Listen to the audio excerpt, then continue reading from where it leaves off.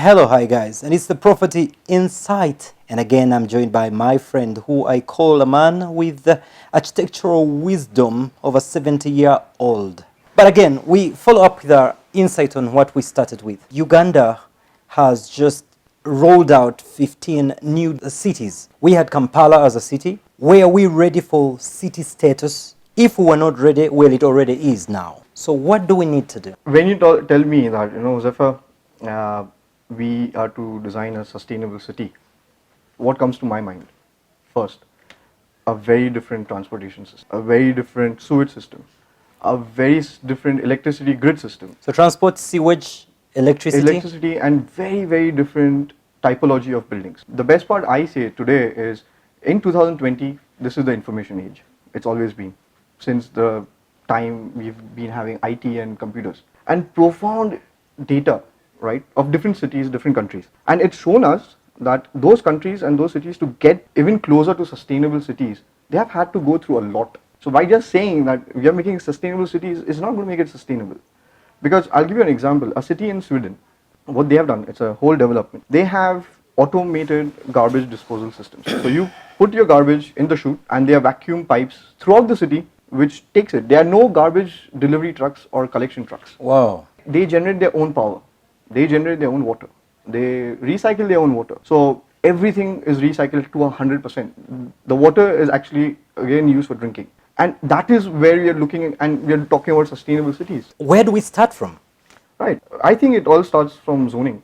Having that vision that after 20 years where we want to be and putting those different pieces in place. Yeah. Because yes, nobody can get it done from day one, right? But we need to have a vision in place. How are we going to address the power issue? Today we cannot deny that Kampala is facing power issues. We have power switches in a day. If you go through your office, maybe 3 or 4 times they switch to DGs.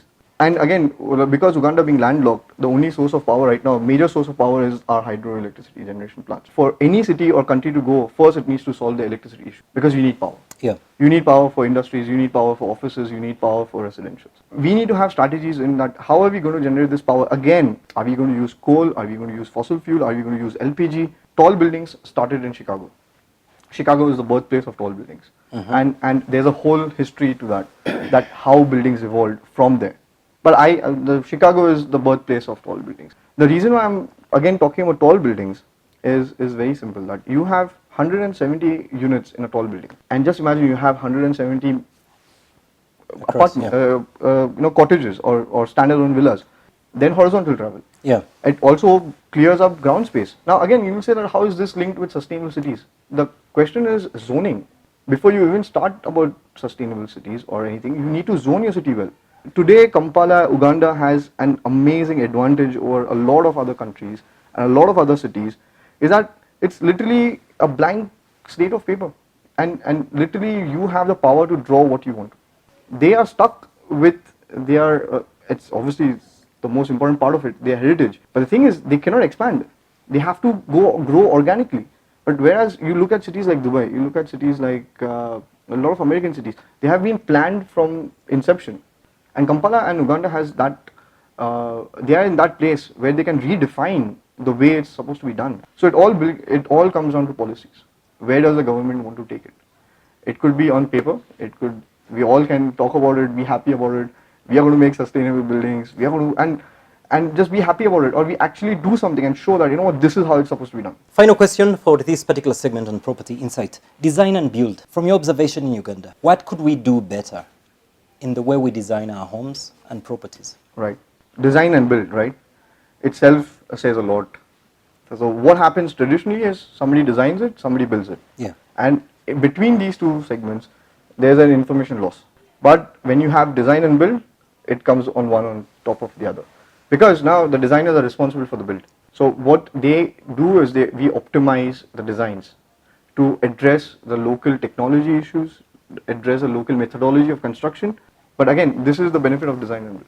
That already the designer has this in mind, he's value engineered it, he's quality optimized it, and he's made it more efficient.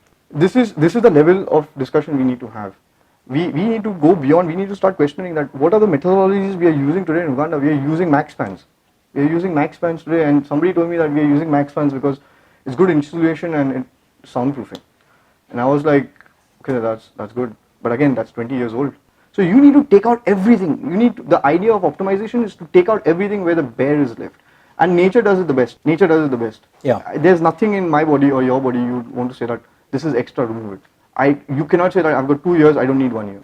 So you've got the concept of design and build. We've talked about a little bit of sustainable housing for sustainable cities. We will be having more property insights from this old man in wisdom in architecture and the construction world, and I believe we will be a better Uganda with such great wise men. Thank you, sir. Thank you. Thanks a lot. Good. Thanks.